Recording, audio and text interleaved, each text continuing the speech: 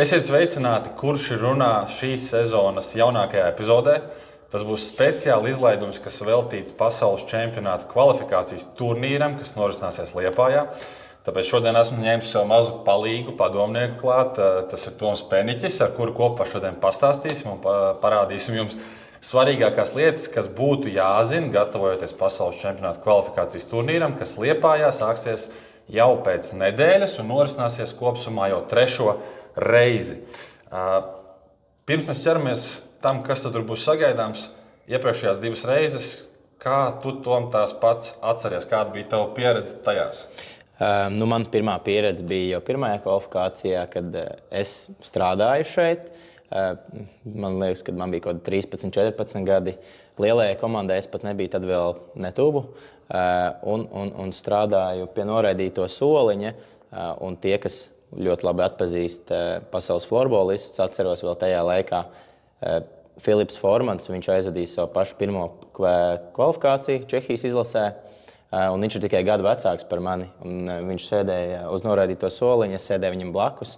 Un tad es uz viņu skatījos, wow, un cik labi viņš spēlē. Un kā viņš tagad ir audzis, tādā ziņā es sekoju viņam līdzi, kā arī visu. Tā kā savu spēlētāju karjeru, un viņš atkal būs šeit. Tā kā ir interesanti redzēt, kā tas viss ir audzis un kā tas viss ir mainījies. Un otrajā kvalifikācijā es jau biju pats savus treneru gaitas uzsācis. Un tad es nestrādāju, bet nācu šeit skatīties daudz, nācu ar bērniem atbalstīt savējos un tam līdzīgi atceros savu pieredzi. Droši vien jāpiemina, ka abās reizēs mēs tikāmies ar Francijas izlasi pirms paša turnīra. Šogad gan mazliet formāts ir citādāks, tāpēc to iespēju aizvadīt spēles varbūt nav tādas, bet kādas tev atmiņas ir par tikšanos ar Francijas izlasi pirms iepriekšējā kvalifikācijas turnīra? Pats atceros pirmo reizi, kad spēlēju ar Franciju. Tad es nebiju vēl lielajā komandā. Es skatījos tribīnēs sēdēju tāpatās. Jā, sēdēju tribīnēs. Un es skatījos, ka tas ir kaut kas tik ļoti fenomenāls. Un es pats kādreiz vēlētos to pieredzi iegūt. Un tiešām likās tik fantastisks pasākums, un ka ir tāda iespēja, ka kaut kas tāds var notikt. Un otrajā jau es pats piedalījos spēlē. Bija spēlē super maz rezultātu. Atceros to. Pašam iekšā bija kaut kāds tāds stresiņš, tāds nemierīgs. Un visai komandai arī tas bija jūtams, un līdz ar to es teiktu, ka tas bija viens no svarīgākajiem iemesliem, kāpēc tur neizdevās būt tik rezultātīviem. Man šķiet, ka spēle beidzās ar 2-1 tikai. Viens vārds varējām tikai iemest, un atceros, kā pēcspēles metienos. Man liekas, ka pilnīgi visi iemet, kas vien varēja iemest. Un Francijas izlasēji pēcspēles metienos nebija nekāda iespēja. Aizmirsu jau startā pieminēt, šodien esam Liepājas Olimpiskajā centrā, lielajā Olimpiskajā centrā, un ja iepriekšējās reizēs vienmēr tikāmies kurša ofisē, tad šoreiz apzināti esam šeit, jo šodien šeit pat aiz muguras tūdaļ pats sāksies basketbolistiem, lielajai komandai treniņš, bet jau pēc, kā minēju, nedēļas šeit viss pārtaps par florbola centrālo asi visā Eiropā. Vienlaicīgi tiks aizvadītas, es jau pat neatceros to spēļu skaitu, bet 3 grupām spēle šeit Liepājā. Un ārpus Liepājas vēl tikai Slovākijā Trenčinas pilsētā notiks pasaules čempionāta kvalifikācijas turnīrs tieši Eiropas komandām. Tā kā mēs noteikti tosimies, un tas, ko noteikti gribētos iziet cauri, pastāstīt mazliet par to, kā mēs redzam pirmkārt Latvijas izlasi, kas sagaida viņus, kādi ir pretinieki, kāds ir šis formāts. Un, protams, iziesim cauri arī citām spēlēm, jo skaidrs, ka liepājniekiem ir ekskluzīva iespēja jebkurā laikā nākt uz manēžu vai uz Olimpisko centru, vērot spēles, tāpēc iedosim mazu ceļvedi un arī šo visu, kurš runā epizodi sauksim par ceļvedi, kurā mēs mazliet pastāstīsim par to, kas tad sagaida florbola līdzutējus gan no Liepājas. Es domāju, ka arī Kuldīga, Saldus, Grobiņu un citi tuvākie.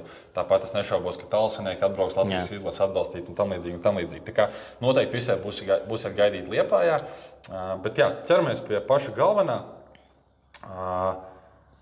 Mēs par kvalifikācijas turnīriem iepriekšējiem 2 mazliet jau papļāpājām, bet man tev bija jautājums, vai tu atceries, kuršu spēlētāji, kas tobrīd pārstāv kuršu komandu, piedalījušies iepriekšējās kvalifikācijas reizēs? Jā, atceros, ka pirmajā kvalifikācijā piedalījās Toms Akmeņlauks un Mihails Kostusevs, tie bija kā vecie.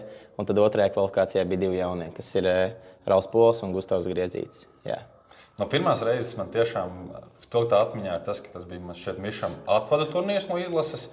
Kaut kā tā neatceros, vai tās bija sarunas starp viņu un treneri, vai tas bija tā publiskajā telpā, tā precīzi neatminos, bet es zinu, ka bija apmēram tas stāsts tāds, ja reiz esmu Liepājā, un tu esi šeit Liepājā, tad rekur tev ir iespēja izbaudīt šo visu pasākumu. Atceros, ka Miša arī to izbaudīja, arī savus vārtus guva un tā tālāk. Savukārt par otro reizi Polis tobrīd spēlē Čehijā, Gustavs spēlē Somijā, abi divi kā leģionāri atgriežas Liepājā. Man šķiet, ka uztaisījām pamatīgus svētkus arī viņiem toreiz. Ļoti jauki bija tas, ka sagaidījām viņus arī tribīnēs. Un pēc tam visiem mazajiem bija iespēja viņus satikt, mazliet aprunāties, kādu bildi uztaisīt. Ņemot vērā, ka Gustavs ir sastāvā arī šoreiz, tad es domāju, ka tas neizpaliks. Jā, tā kā Liepājnieku pārstāvniecība šoreiz mazliet īsākā sastāvā, bet tas fakts vien, ka tas viss notiek šeit Liepājā, ir, man liekas, ārprātīgi liela privilēģija. Un tiem, kam patīk florbols, ir daudz ko redzēt, daudz ko baudīt. Par izlases sastāvu sāksim. Es domāju, ka pieķersimies pirms tam stāstam, kāda tad Latvija izskatīsies šeit Liepājā. Latvijas izlases sastāvs tika paziņots, manuprāt, jau janvāra pašā ienvadā, bet kas noteikti ir jāpiemina, ka mums ir divas izmaiņas jau. Jau kaut kur oficiālā sēžot pļāpājot, jau runājām, ka līdzīgi kā hokeja izlasē, kur ir traumas un tas ir sportā droši vien neizbēgami, arī mūsu izlasē ir divas izmaiņas. Un šajā brīdī ir skaidrs, ka Dumpi aizstās Armands Savins no Čehijas, savukārt Akmeņlauku Tomu aizvietos no šī brīža F līgas komandas FBC Turku, tas ir Miko Silampē. Bet jā, kopumā sastāvs diezgan raibs, ir 10 šobrīd jau ārzemju spēlētāji, 10 vietējie spēlētāji.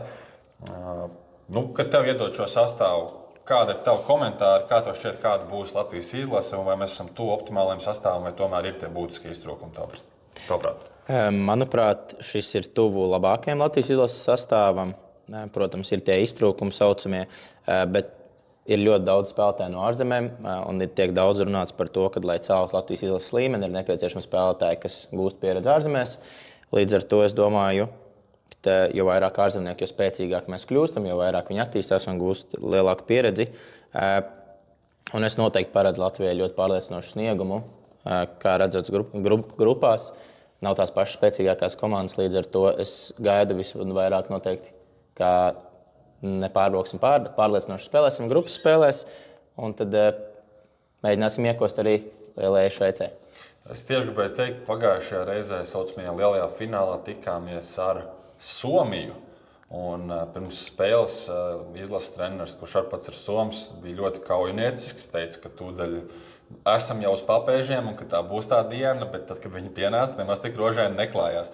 Tad šoreiz es teiktu, ka daudz potenciāli, man liekas, interesantāks pretinieks. Viena lieta, ka mēs esam viņus pēdējā pasaules čempionātā uzvarējuši, izstūmuši ārpus top 4. Un ja visas kārtas sakrīt tā, kā tam pēc pasaules ranga jābūt, tā būtu jābūt Šveicei, ko mēs redzēsim sestdien Latvijas izlasē pretiniekos. Vēl par Latvijas izlases sastāvu. Vai tev ir kādi spēlētāji, kurus īpaši gribētos redzēt laukumā? Un, ja tādi ir, tad varbūt pastāst, kāpēc tieši šie spēlētāji? Jā, kā jau mēs runājam arī iepriekš, ārpus kamerām, tad es noteikti vairāk gaidu Miko Silampē, jo man interesē, kā viņš izskatīsies laukumā kā spēlētājs. Jo papētot viņu, viņš spēlē FBC Turku, taču šo sezonu nav gūs nevienu punktu, bet ir pierakstā bieži. Līdz ar to tas nozīmē, ka viņš spēlē vai nu trešajā maiņā, vai arī rezervē bieži. Līdz ar to man interesē, kāds ir viņa līmenis un vai viņš spēs tikai iekļauties izlasē.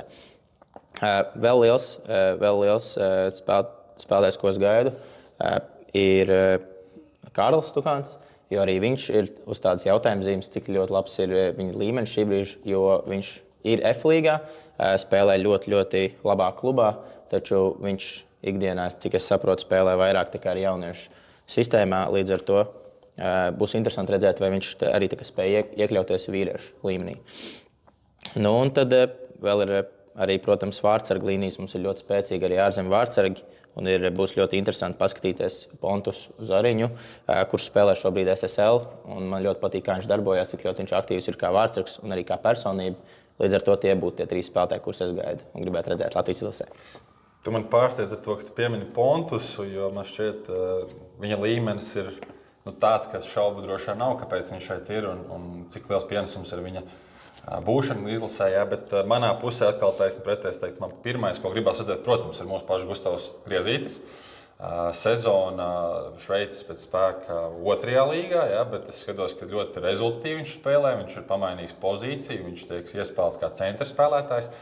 Nezinu, vai es to drīkstu atklāt vai nē, bet ir tādas vismaz sarunas, ka Latvijas izlasē arī viņš varētu iespēlēts tik kā centra spēlētājs. Un centra spēlētājs ar labo tvērienu varētu būt kaut kas ļoti unikāls. Vēl vairāk Gustava darba spējas gan uzbrukumā, gan aizsardzībā. Es domāju, ļoti piemērots centra spēlētājiem, bet kā tas izpaudīsies dzīvē, to mēs varēsim novērtēt klātienē. Otrs, ko es ļoti gaidu, bet man bišķi bažas, vai varēsim līdz galam novērtēt, ir Sandijs Gabriels Siliņš. Man pašam kā vārdsargam, protams, vārdsarga jautājums ir interesants. Un, Siliņš ir aizbraucis uz F līgu. Sanāk, tad Silampē komandas biedrs, ja? Jā, redz, komandas biedrs Silampē tātad. Un noteikti man raisa interesi, kāds tad pēc šī perioda, ko viņš pavadīs tur, kāds viņš izskatīsies. Un, ja man jāizceļ, teiksim, tāds trešais vēl, tad es laikam teiktu, labi, īstenībā man interesē arī kā Vilmans no Čehijas ieradīsies, jo arī tur viņam ir diezgan laba sezona. Un, klausoties Floorball šovu, arī izklausās, ka ir apmierināts pats par to situāciju, kādā viņš ir. Un tās lietas gribētu redzēt viņu darbībā. Bet laikam pat vēl vairāk no tā visa man interesē šī brīža, jāsaka tā, jau vadošās komandas, Ulbrokas, viens no vadošajiem spēlētājiem, kurš vienbrīd bija droši vien karstākais spēlētājs visā līgā. Valters Lapiņš, kā viņš iekļausies izlasē, ja man atmiņa neviļ, tad šis ir pirmais izsaukums tāds uz lielo izlasi, un varbūt kādā nometnē ir bijis, bet tad oficiālās spēlēs noteikti nav bijis, tāpēc man noteikti interesē, kā iztīsies Gustavs, vārtos Siliņš un, protams, Valters Lapiņš, ko pieminēja kā pēdējo, bet piebildīšu, man ļoti interesants šķiet tēma par šiem te izsauktajiem spēlētājiem. Kā jau minējām, pirmais tika izsaukts Armands Savins, aizstājot Dumpīti, un par to man laikam liela pārsteiguma nebija. Tad Silampē noteikti ir liels pārsteigums, noteikti jāuzsver tas, jo, jāsaka tā, vēl nemaz ne tik sen viņš spēlēja U19 vecuma izlasē Latvijas, bija kandidāts, bet uz pasaules čempionātu neaizbrauca. Un tas nav nemaz tik senā vēsturē. Plus, kā jau minēji, ar lielu rezultātu vai pārliecinošām darbībām F-līgā līdz šim nav izcēlies. Un tad mēs varam mazliet paspekulēt, kas varētu būt vēl tie kandidāti, jo es zinu divus, kas tika aicināti, bet dažādu apsvērumu pēc ir atteikušies. Viens ir Lekringa no traumas nākošais atpakaļ Edgars Puriņš, esot atteicies šoreiz no dalības, un otrs esot Ķērāns no Ķekavas, arī savi apsvērumi, bet viņiem abiem tika piedāvāts, es saprotu, pievienoties. Un pēc viņu atteikuma uzaicināts ir Silampē. Savukārt, kas varētu būt tie jaunie spēlētāji, vai šeit pat Latvijā, vai ārpus Latvijas robežām, kurus tu varbūt gribētu arī vēl redzēt, ja gadījumā Silampē vietā būtu iespēja paņemt kādu citu? Manuprāt, es izvēlētos, ja man būtu tāda iespēja kā trenerim, noteikti gribētu patestēt Gustavu Marku Zariņu. Ir ļoti jauns, labs, ātrs spēlētājs, kurš šobrīd atrodas Zviedrijā spēlē, arī jauniešu sistēmā, bet zinām, ka Zviedrijā ir ļoti liels ātrums. Un Latvijā viņš spēlēja ļoti, ļoti pārliecinoši. Pieaugušo līmenī tiesa nav vēl spēlējis, līdz ar to droši vien tas var būt kaut kāds apsvērums, bet es to pievienojos. Bet U19 izlasē viņš arī piedalījās, un man liekas, ka arī kā jaunāks nekā visi, kas bija tur un rādīja diezgan pārliecinošu sniegumu. Līdz ar to es domāju, ka arī viņš būtu labs spēlētājs, kur varētu iztestēt. Kā arī Artemijs Smirnovs, kur necik sen draftēja SPV komanda F-līgā, viena no vadošajām komandām. Un paskatījos, ka arī viņš atrodas pierakstā uz 9 spēlēm F-līgā. Nezinu, cik daudz bijuši minūtes laukumā.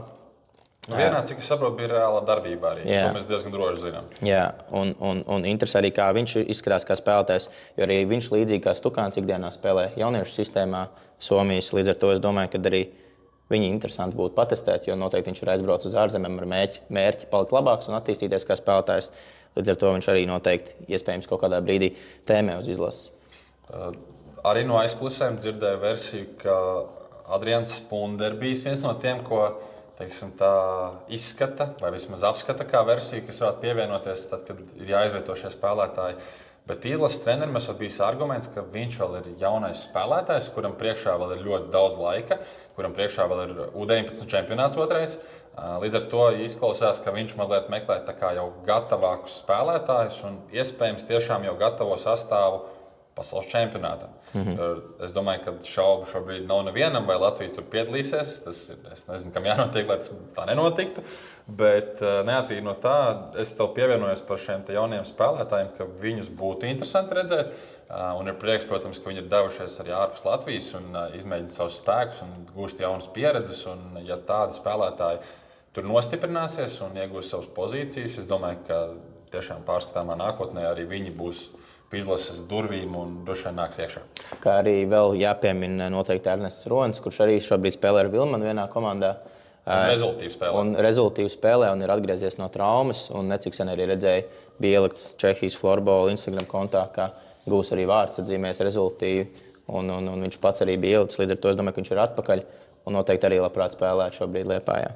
Jā.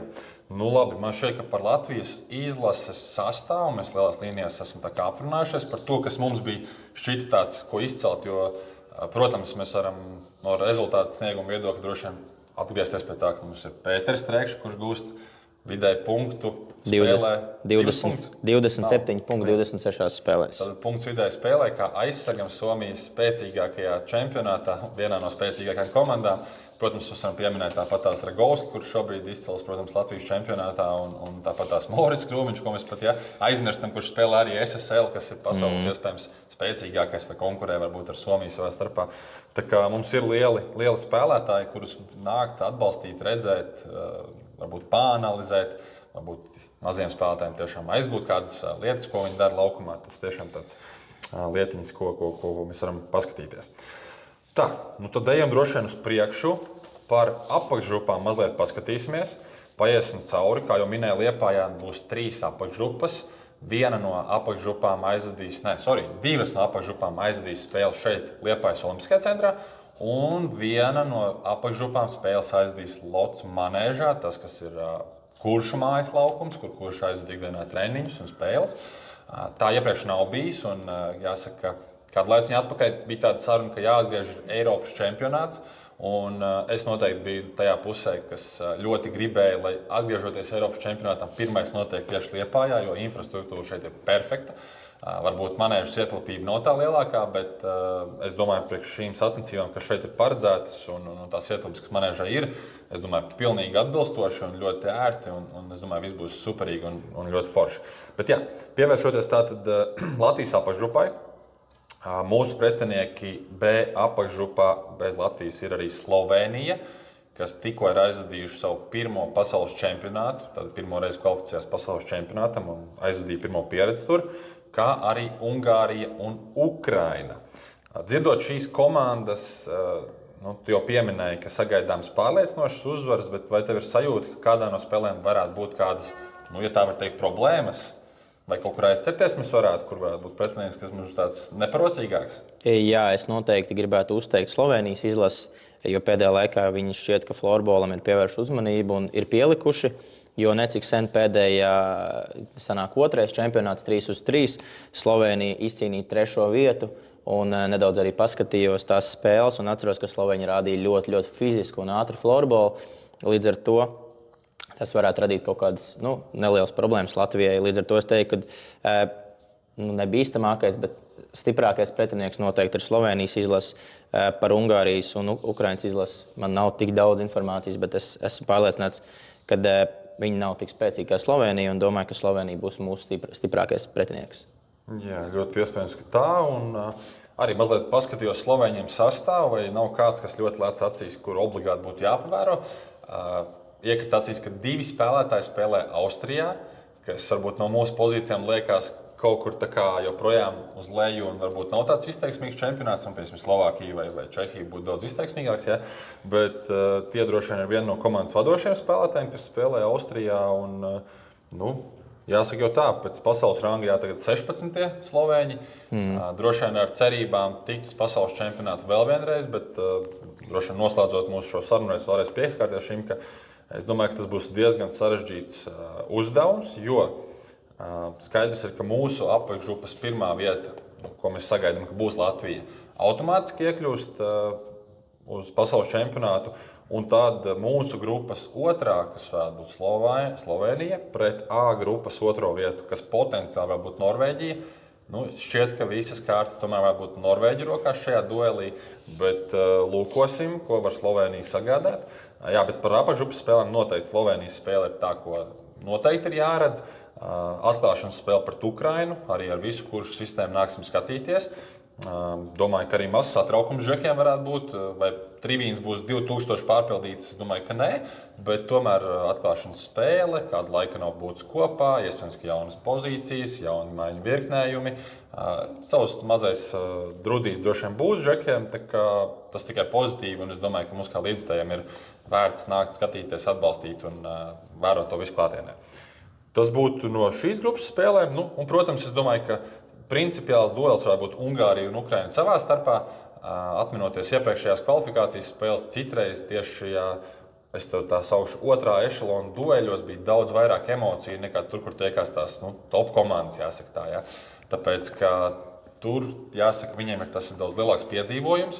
Viņiem ikdienā tā florbola kvalitāte nav tik augstā līmenī un atbraukt uz tādu ļoti superīgu vietu, labi organizētu pasākumu, uzvilkt izlases krēklus un prātā arī, man liekas, ka bija gan francūži, gan beļģi, kur vairākiem spēlētājiem, gan draugi, gan ģimenes locekļi bija atbraukuši iepriekš uz Liepāju. Es domāju, ka arī šoreiz tādus pašus te varēsim Olimpiskā centra tribīnēs sastapt. Francūži gan šoreiz nē, bet es pieņemu, ka tos pašus ungārus, un, kas zina, varbūt arī ukraiņi, kas Latvijā arī Liepājā, starp citu, diezgan daudz ir šobrīd izmitinājušies, kamēr ir nelabvēlīgi apstākļi, teiksim, mājās viņiem tikmēr. Skatīsimies, kā tas viss norisināsies. Bet, domāju, par Latvijas grupu, tātad viss skaidrs, Latvija ir favorīti, cīņa, ko ļoti gaidām noteikti pat Slovēniju, un vajadzētu būt tā, ka pārliecinošiem tālāk. Vai ne? Jā. Otra apakšgrupa, kas tiksies šeit Liepājas Olimpiskajā centrā, ir A apakšgrupa. Tur mēs redzēsim, kā jau minējām, principiālo pretinieku, kas mums sagaida potenciāli jau sestdien finālā, ir Šveice. Tad būs Norvēģija, Lielbritānija un Nīderlande. Ko par šo grupu var teikt, par komandām, par spēlētājiem, kas ir tāds, kas tev ir iekritis vērtējumā par viņiem? Jā, šajā grupā noteikti ir vairāk tas, kad ir izteikti divas favorīti izlases, kas ir Šveice un Norvēģija. Un tad ir izteikts apakšgala komandas, kas ir Anglija un Nīderlanda. Lielbritānija. Jā. Noteikti arī savā starpā tie dueļi būs visnotaļ interesantākie. Un par Šveices sastāvu var teikt to, ka pētot Šveices sastāvu ir atbraukuši pilnā sastāvā.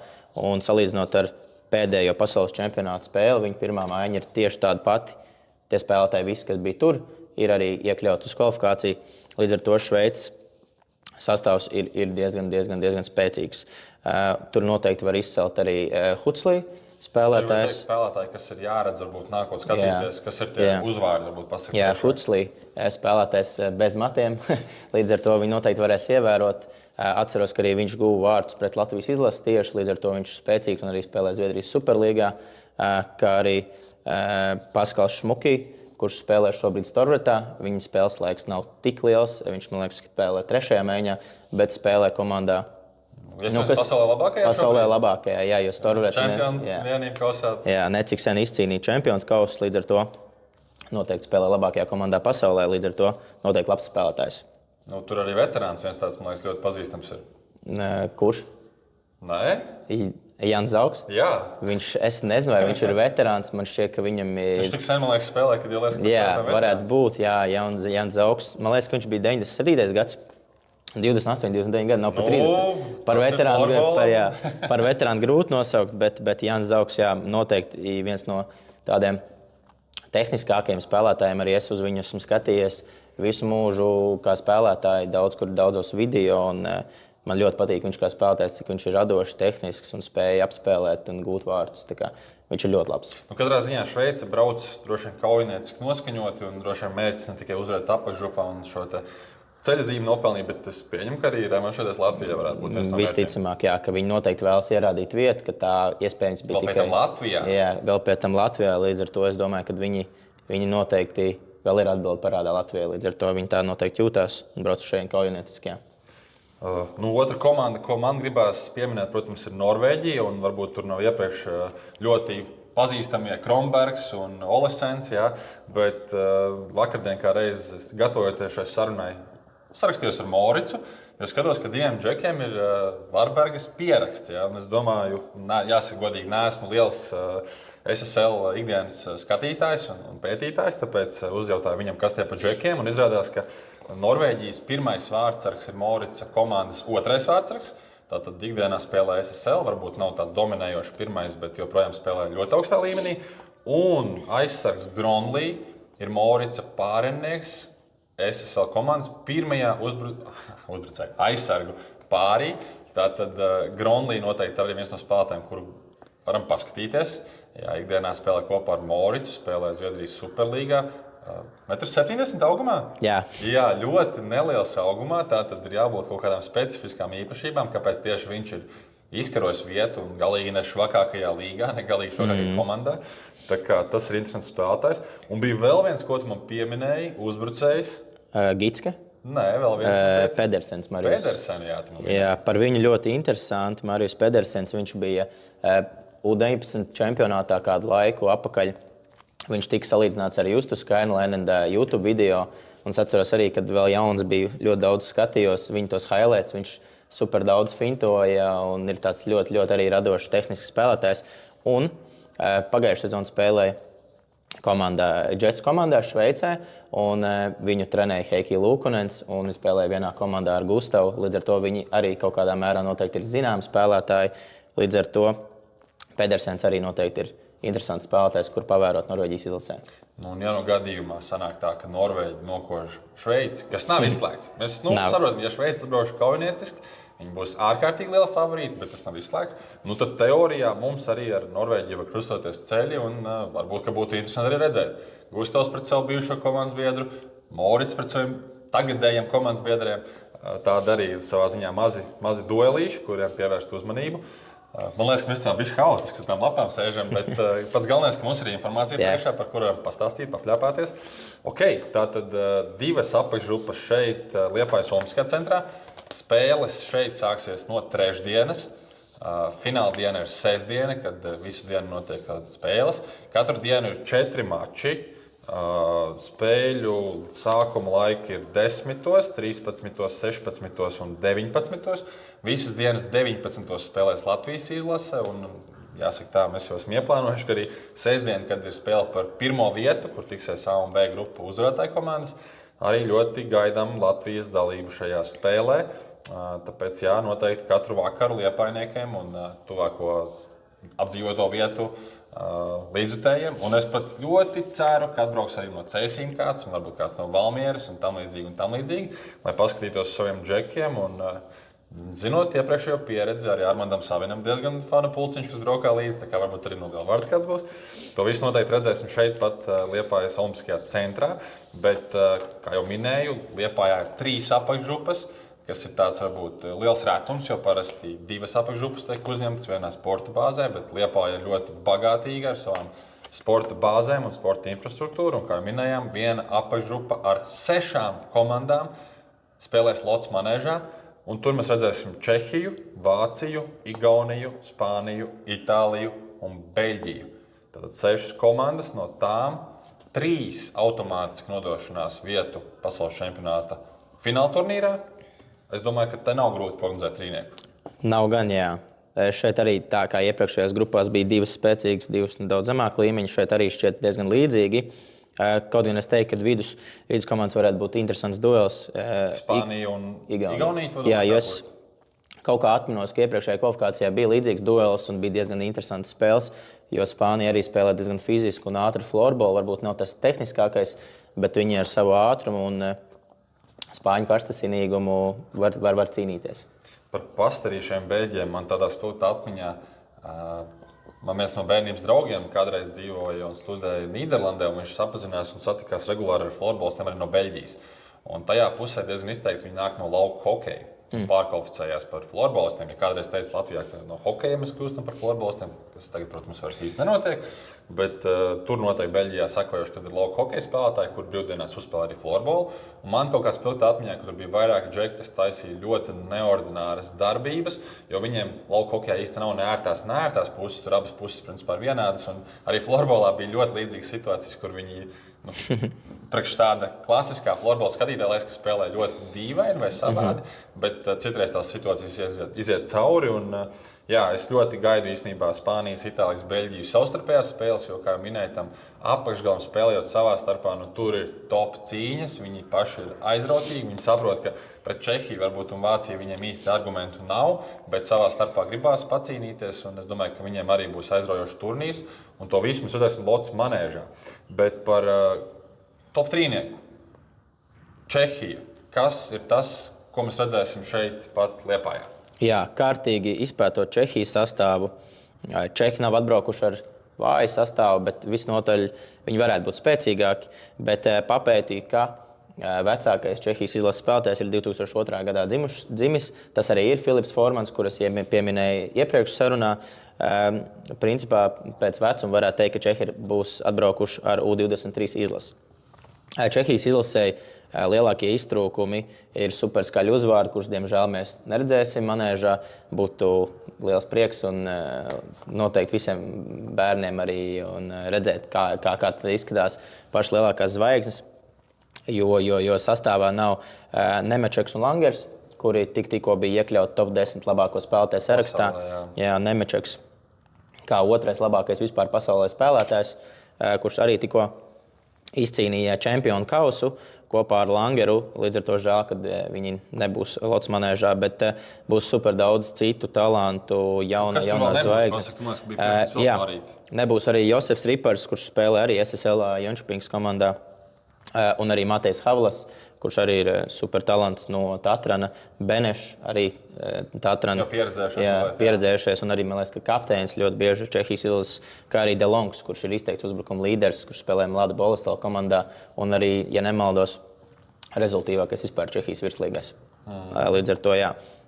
Iztrūkumi lieli, bet tur droši vien jāsaka, tāpēc, ka tu minēji par tagad U23, bet kādu laiku atpakaļ šie paši džeki bija U19 izlase. Vai tur atgādināt, kā viņiem veicās savā čempionātā? Jā, Čehija pārliecinoši izcīnīja zeltu tajā čempionātā. Noteikti Čehijas panākuma atslēga ir, ka tie jaunieši ir izauguši un viņi ir superspēcīgi, talantīgi, meistarīgi. Līdz ar to, es domāju, atbraucot arī šādā sastāvā, viņi nepaliek vājāki. Viņi visi noteikti grib parādīt izlases galvenajiem treneriem, ka viņi arī ir tā vērti spēlēt pieaugušajā izlasē. Līdz ar to viņi noteikti visi būs atbraukuši ar domu pierādīt treneriem, ka arī viņi ir pelnījuši vietu lielajā izlasē. Noteikti man interesē, lai tu pastāsti, kas ir tie uzvārdi, uz kuriem tomēr ir jāskatās, jo tur ir tādi, kurus ir ne tikai Formans, bet arī citi. Jā. Bet man ir viens cits jautājums. Vai tu vari izstāstīt par vienu florbolistu, ar kuru tu pats esi ticies laukumā? Jā, es neatceros viņam uzvārdu, bet viņš Čehijas izlasē spēlēs ar 15. numuru. Viņa vārds ir Martins. Viņš būs arī Čehijā, un necik sen mēs arī tikāmies laukumā ar viņu. Tas bija pagājušajā gadā, pagājušajā gadā, kad mēs aizbraucām uz turnīru Čehu Open Pro grupā. Mums atklāšanas spēle bija pret Kladno komandu, kurš šobrīd spēlē Čehijas augstākajā līgā, Čehijas virslīgā. Tā bija mūsu pirmā spēle. Tas mūs iepazīstināja kārtīgi ar Čehijas florbolu augstāko līmeni. Tajā spēlē mēs piekāpāmies ar 0-6. Tur tiešām Kladno rādīja augstu klasi. Mēs visi spēlētāji teica, ka bez variantiem tam ātrumam ir izsekot līdzi un bumbas gāja uz laiku šķērsām. Atceros arī ļoti labi momentu, kad izgāja 2-1 un aizsargs ņēma spēlētāji. Līdz ar to nebija piespēle atvērta un man bija jāmet, un es skatos uz vārtiem. Un tur nav kur iemest, jo Čehu vārdsargi ir tik milzīgi, ka tur vispār nav vietas. Tev ir 2-metrnieks, man liekas, teica vārdsargs. Jā, un skatījos arī, kad 20-gadīgs vārdsargs, kas ir otrs vārdsargs Čehijas izlasē noteikti, bet arī 2 metri jau priekš tādā vecumā 2-metrīgs vārdsargs. Čehi vienmēr izceļas ar ļoti lieliem un labiem vārdsargiem. Bet Čehijas izlases pirmais vārdsargs noteikti jāpiemina Tomas Jurčo. Viņš ir šobrīd spēlē arī Zviedrijas Superlīgā. Un ļoti, ļoti spilgts spēlētājs. Pirms tam spēlēs Tatranā, ar Tatranu arī izcīnījis čempionu kausu. Un zinu, ka ļoti daudziem vārdsargiem viņš ir ļoti iecienīts un daudz viņu skatās. Arī mūsu komandas vārdsargs Oskars minēja, ka ļoti, ļoti gribēs vērot tieši viņu. Tā kā viņam būs prieks arī šeit pastrādāt un pavērot viņu darbībā. Tā kā noteikti jaunie vārdsargi, visi, kam interesē paskatīties, ir, protams, Pontus Zariņš, visu cepuru nost, arī obligāti nākam skatāmies pētam. Bet, ja gribās kaut ko, kā saka, bonusiņā pieķert, tad manēžā, tad var nākt uz Čehijas izlases spēlēm un paskatīties, kā Čehijas, iespējams, ka nākamais pirmais numurs, varbūt tagad nav tāds izteikts, iespējams vēl, bet uz čempionātu varbūt jau būs izteikts pirmais numurs un paskatīties viņu darbībā. Vēl par laukuma spēlētājiem. Kas vēl tur Čehiem ko paskatīties? Čehiem, jā, Formans, kā jau teicu. Noteikti arī būs izlases kapteinis, es esmu diezgan droši par to. Kā arī jaunais Jākuba Faksa, kurš pagājušajā gadā bija Čehijas rezultīvākais spēlētājs. Līdz ar to Piksbo, kas spēlē Zviedrijas Superlīgā, izskatīja viņu un paņēma uz Zviedriju, un šobrīd viņš spēlē tur diezgan rezultīvi un pārliecinoši. Viņš arī veido ļoti daudz satura Instagramā, un es viņam sekoju līdzi. Un ir Jākuba Faksa, viņš ir diezgan interesants satura veido Instagramā, līdz ar to pasakoju arī viņam līdzi. Ļoti, ļoti labs spēlētājs. Kā arī Simons Transkij, kurš bija pagājušajā gadā F līgas ēra Vikingit līderis, atbraucis mājās uz Mlada Boleslavu un spēlē tur pārliecinoši.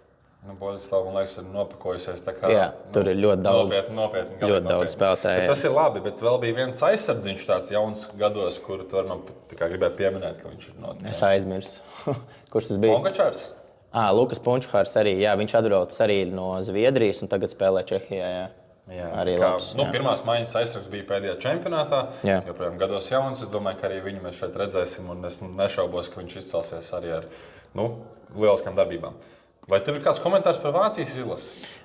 Vācijas izlasi pavērojot, neredzēju nekādas izmaiņas. Diezgan standarta Vācijas izlase, kas ir pēdējos gados arī bijusi.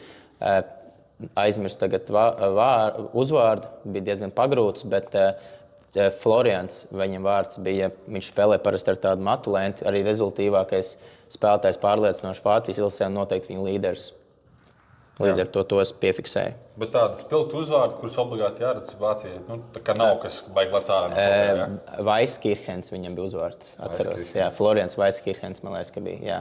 17. numurs. Atmiņas uztrenējis. Jā, tas ir viņa līderis. Jā. Okay. Un trešā komanda, par kuras noteikti gribētu mazliet vairāk parunāt, ja tā var teikt, ir, protams, Igaunijas izlase.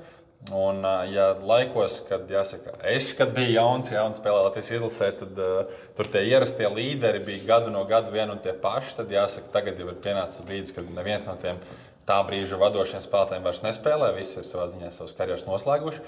Bet kas noteikti ir interesanti, ir tas, ka liels, protams, īpatsvars ar Igaunijā spēlējošiem spēlētājiem. Un ņemot vērā, ka 3. gadu jau pēc kārtas ir Latvijas-Igaunijas līga, tad, manuprāt, vajadzētu būt tā, ka viņa līmenis vidējais tomēr ceļās uz augšu. Cik augsts viņš ir, to, protams, grūti novērtēt, jo Latvijas komandas spēlējot pret viņiem nevienmēr izvēlās spēlēt labākajos sastāvos. Bet, ja mēs atminamies kādu laiku atpakaļ, kad Igauni spēlēja 1. līgā, tikai un vienīgi pie mums, es nedomāju, ka tas ir tas līmenis, kas viņus baigi rāva uz augšu. Tad tagad spēlēt regulāri pret, cik regulāri, bet tikties tik un tā. Rubene, Ulbroka, Talsi, Lielvārde. Šīs ir komandas, kas noteikti viņiem savā ziņā padzena vidējo līmeni uz priekšu. Un man personīgi ir pazīšanās. Zinu viņu vārdsargu, Kristēnu Kurvalu. Tas noteikti nav varbūt liels augumā, bet noteikti ir vārdsardziņš, kuru es kādreiz esmu Blaiņceļa nometnē saticies un gribēšu pavērot, kā viņam šeit klājās. Un otrs ir spēlētājs Artūrs Okruško. Mazu brīdi viņš kopā ar Pāvelu Samjonovu bija arī Valmieras komandā. Toreiz viņš gan nebija super rezultīvs, bet atgriežoties Igaunijā, viņš ir viens no vadošajiem spēlētājiem. Un pēdējos pasaules čempionātos un kvalifikācijās bijis viens no vadošajiem uzbrukuma spēlētājiem. Tā kā es noteikti pasakošu līdzi viņam, bet no citiem gan laikam jāsaka. Par Okruško gribēju teikt, ka tad, kad man liekas, ka spēlēja vēl EMU virslīgā, kādus 10 vai vairāk gadus, pat 10 gadus atpakaļ. Vismaz, kad šeit vēl notika locā spēles, kuršiem es kā mazs bērns skatījos, man liekas, ka Kruško arī spēlēja un bija diezgan rezultīvs, es atceros. Jā. Tas ir tāds spēlētājs, ko es personīgi esmu iepazinis. Tas bija noteikti iemesls, kāpēc man būs interesanti pavērot tieši Igauņus. Un par Igauņiem runājot, neoficiāli ienākusi informācija, ka ņemot vērā, ka Igauņi it kā tepat aiz stūra tikai 7 stundas līdz Tallinnai, tad Igauņi esot sapulcējušies kaut kādā veidā un plānojot braukt uz Liepāju, atbalstīt savu izlasi, jo skaidrs, ka čempionāts vai kvalifikācija noteikti, piemēram, Šveicē vai Čehijā vai tam līdzīgi skrietni tālāk viņa gadījumā. Tā kā redzēsim, cik tad manēžu tribīnēs būs Igauņi un noteikti varam pievienoties saviem kaimiņiem, ja gadījumā spēlē pret kādu no citām izlasēm un mazliet varbūt pafanot par viņiem. Jā, man šķiet, ka mēs esam izgājuši cauri visām apakšgrupām, parunājuši par to, kas ko kā notiksies. Svarīgā lieta no skatītāja prizmas. Tātad uz spēlēm var nopirkt dienas biļetes. Biļetes var nopirkt bez rindas LV. Un dienas biļete nozīmē sekojošo, ka tu vari, principā, tajā konkrētajā spēļu dienā tikt uz jebkuru no spēlēm, gan lots manēžā, kas norisinās, gan Liepājas Olimpiskajā centrā. Un varbūt ir tā, ka pa dienu ir kāda aizraujošā spēle, ko redzēt tieši manēžā, un vakarā varbūt nākt uz Latvijas izlases spēli un tam līdzīgi. Tā kā biļetes ir bezrīnas LV, jauniešiem bērniem tie ir tikai 3 eiro plus komisija, pieaugušiem tie ir 10 eiro. Jebkurā gadījumā biļetes, es zinu, ka ir jau sāktas pārdošanā nonākušas, un viena daļa jau ir izpirktas. Man ir liels prieks, ka kuršu audzēkņu vecāki ir aktīvi un jau laicīgi sāk rezervēt šīs vietiņas. Jau pieminēju, ka mēs ar visu kuršu organizāciju, visiem audzēkņiem nāksim uz 2 spēlēm. Tā būs spēle pret Ukrainu, kas ir atvēršanas spēle, un sestdien potenciāli Latvija pret Šveici sagaidāms. Un, kā minēju, man pret Somiju toreiz bija tāda mazliet nepadarīta darba sajūta. Arī man kā skatītājiem likās, ka mēs varētu būt mazliet līdzīgāki. Ja? Tad, es domāju, ka Šveice ir izcils pretinieks, un redzot, ka viņi tiešām ir labākajā sastāvā, un arī mēs esam tuvu optimālajiem. Tad es domāju, tā būs spēle, kur mēs redzēsim savā labākajā darbībā gan Pēteri, gan Gustavu, gan Vārtos Pontusu, gan Moricu un visus, kas mūsu spilgtākos spēlētājus. Tā kā es domāju, ka tas tiešām būs kaut kas, ko redzēt. Iestarpinoties, kuršiem tuvojās strauji play-off, bet tā būs saruna, ko mēs pārceļam mazliet vēlāk, jo šodien tiešām īpašs raidījums, īpašam fokusam. Mēs runājam tikai vienīgi par pasaules čempionāta kvalifikāciju, un mums ir unikāla iespēja piedāvāt skatītājiem konkursu. Un konkurss ir sekojošs. Sāksim ar balvām. Vai tu zini, ko varēs dabūt balvā kāds no mūsu sekotājiem? Dabūt 2 biļetes uz pilnībā visām spēlēm. Visām. Tātad 5 dienas, katrā dienā 2 biļetes vai 2 ielūgumi. Un tātad 2 mūsu sekotājiem būs uzdevums sekojošs. Ne šoreiz, ne šī video, bet šajā video slēpjas pareizā atbilde uz mūsu jautājumu. Un jautājums ir sekojošs. Kurš Latvijas izlases spēlētājs un viņa atrašanās Latvijas izlasē visvairāk pārsteidz mūs abus ar Tomu? Atbildiet ar šo spēlētāju, ierakstot mūsu konkursa video komentārā, kas būs atrodams Instagramā. Tātad līdz ko šis video ir gaisā, paralēli būs Instagram konkurss. Un Instagram konkursā ierakstam atbildi, sakojam, protams, kuršiem, dalāmies storijā ar šī konkursa video un būs iespēja laimēt 2 ielūgumus uz visām čempionāta spēlēm šeit pat Liepājā. Pat tad, ja mēs nekļūstam par laimētājiem, noteikti mēs esam tie, kas aicina visus nākt uz gan Liepājas Olimpisko centru, uz Latvijas izlases spēlēm un arī, kā mēs jau pieminējām, daudzām citām spēlēm, kas šeit pat atrodas, ja būs dienas gaitā. Un tāpat Lots manēžā gan uz Čehiju, gan uz Igauniju un, protams, arī uz Vāciju.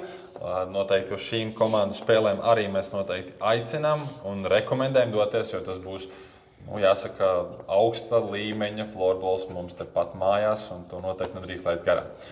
Varbūt tev kāds ceļavārds pirms pasaules čempionāta kvalifikācijas turnīra, ko tu gribi piedzīvot kā skatītājs, spēlētājs, treneris, ko tu sagaidi no šī visa? Es noteikti sagaidu to, ka es gūšu pozitīvas emocijas un motivāciju pats, jo kaut kā atminos arī iepriekšējās reizes, kad vienmēr pēc tās skatīšanās ir tāds prieks un vēlme spēlēt un motivācija un tāds foršs dzinulis. Līdz ar to noteikti novēlu to arī visiem spēlētājiem, kur nāk skatīties. Nākat, baudat florbolu, smelieties iedvesmu, motivāciju, analizējiet spēlētājus, skatieties, kā viņi spēlē. Un noteikti paņemiet to labāko, ko variet priekš sevis, un tādā veidā kopā mēs visi varam augt un palikt labāki. Es no savas puses noteikti apņemos parādīt un pastāstīt to, kas notiek šeit Liepājā arī ārpus florbola laukuma, kāda izstāstā ikdiena, jo šeit ikdienā gan laukums kārtojot, gan pie noraidīto soliņa, gan biļetes kontrolējot un tā tālāk un tā joprojām strādās vairāk nekā 40 kuršu sistēmas jaunāki un ne tik jaunāki sportisti. Tā kā arī viņiem tas būs, es domāju, liels piedzīvojums. Un man šķiet, ka pats galvenais no šī pasākuma ir jāpaņem tās foršās emocijas, ko tas piedāvā. Un pavisam noteikti mēs, kā atbalstītāji, tās varam dāvāt arī Latvijas izlases džekiem. Protams, jo īpaši Gustavam, jo Gustavs ir tas, ko mēs vairāk šeit Liepājā gaidām un atbalstīsim un jutīsim līdzi. Tā kā es ceru, ka šis bija noderīgi, šis bija interesanti, šis bija mazliet ieskats tajā, kas notiks Liepājā. Tāpēc noteikti vēlreiz aicinam visus uz Liepāju un tiekamies jau tad tribīnēs. Florbols ir forši. Labi, šis bija labi.